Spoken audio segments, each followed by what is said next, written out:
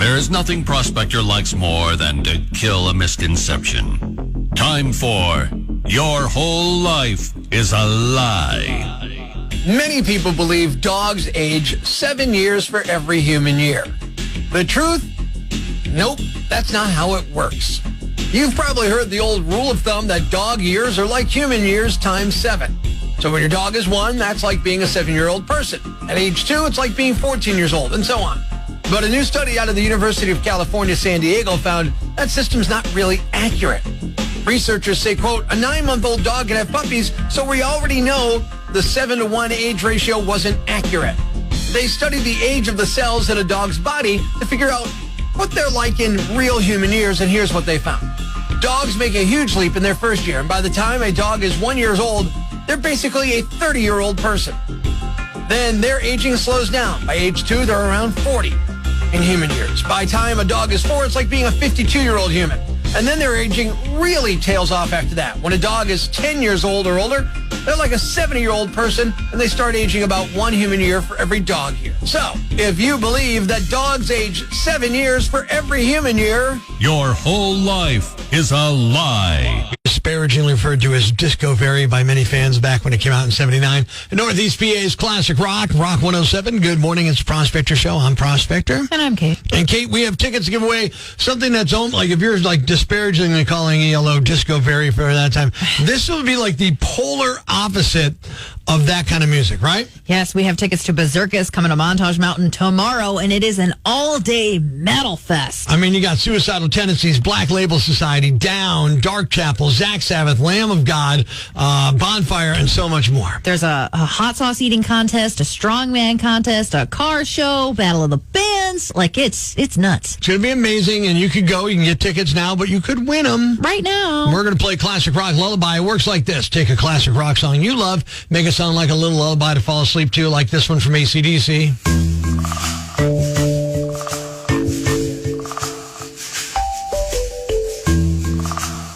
All right, we all recognize Back in Black, right? Mm-hmm. Yes, we do. This one might be just as easy. I think this one's pretty good. Ready? Okay. Here's today's Classic Rock Lullaby.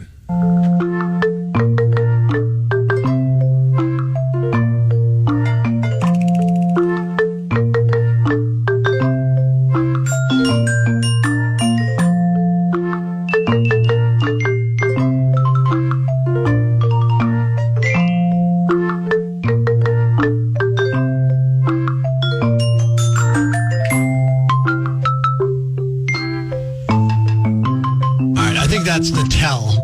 Is it? It kind of just sounds like a lullaby. This one's hard. Maybe I'm wrong.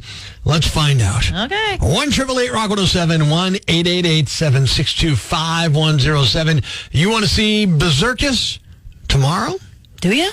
And you want to know, well, and you do know the classic rock lullaby. Get on the rock lines, try to win from Rock 107. Not to be confused with Berserker from the Clerks movie. Berserkus is coming to Montage Mountain on Friday. It's Prospector Show on Rock 107. Good morning, I'm Prospector. Good morning, I'm Kate. And we've got the tickets to go to see the show. Yeah, and of course you could buy them, but why not win them? When you could play Classic Rock Lullaby to do just that. Here's today's Classic Rock Lullaby.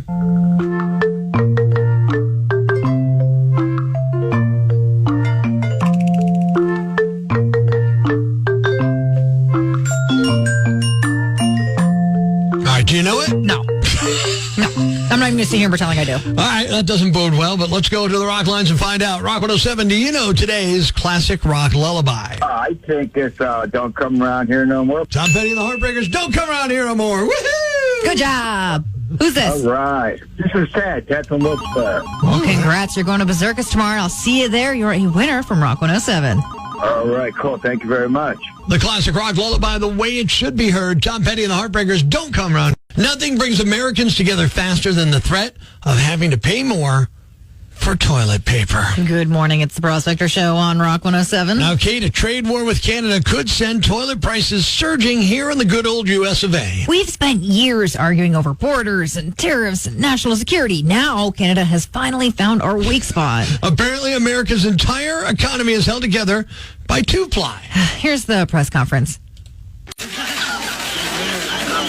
Thank you. We are here to address one of the most pressing issues. We are working around the clock to keep America from being wiped out. If this isn't a main priority, it's certainly number 2. And nobody wants to be caught with their pants down.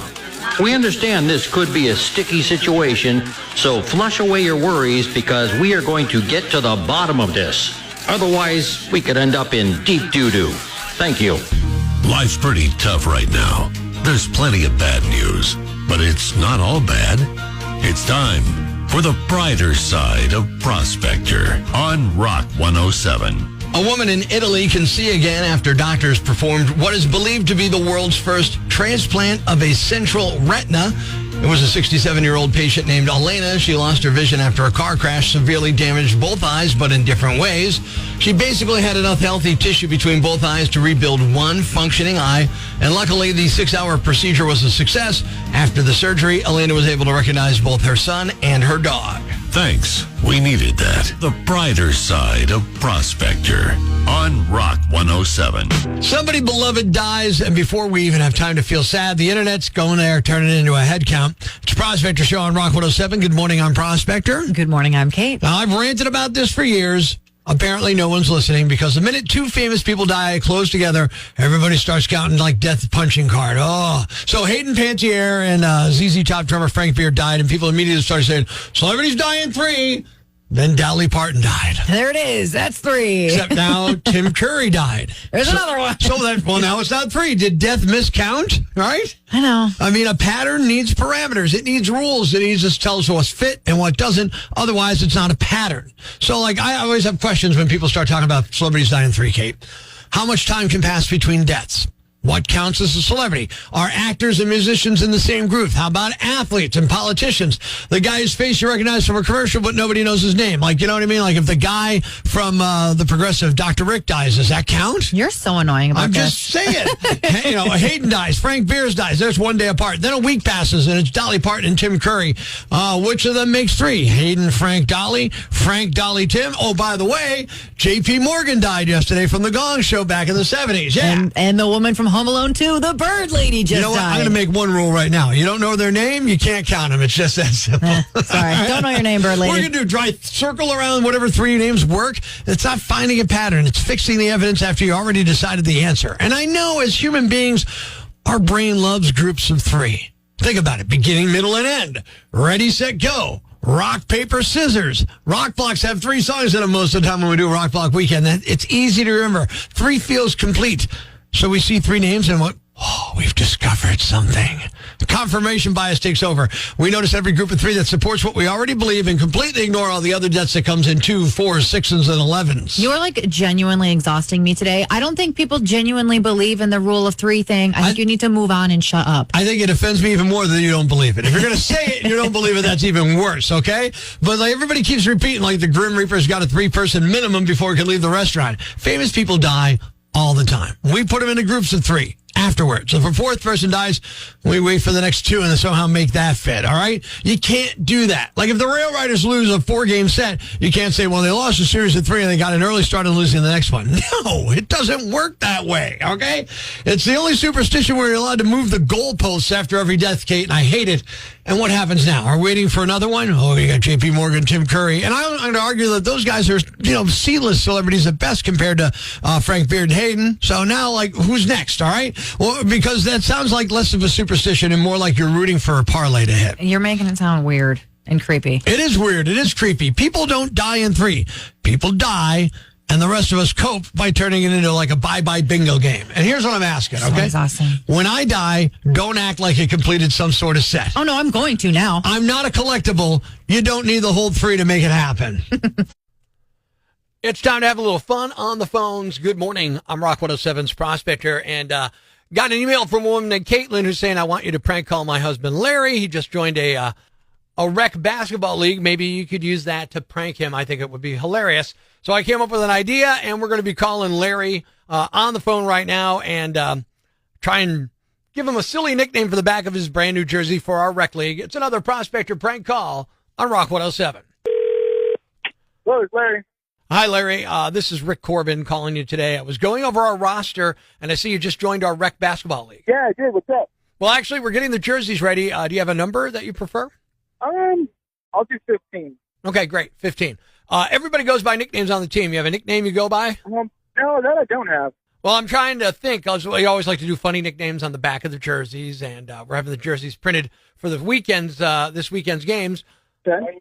Like we have Joe Dumas, who plays on our team, so we just added a B, so it's J Dumas, or D-U-B-M-A-S-S, basically.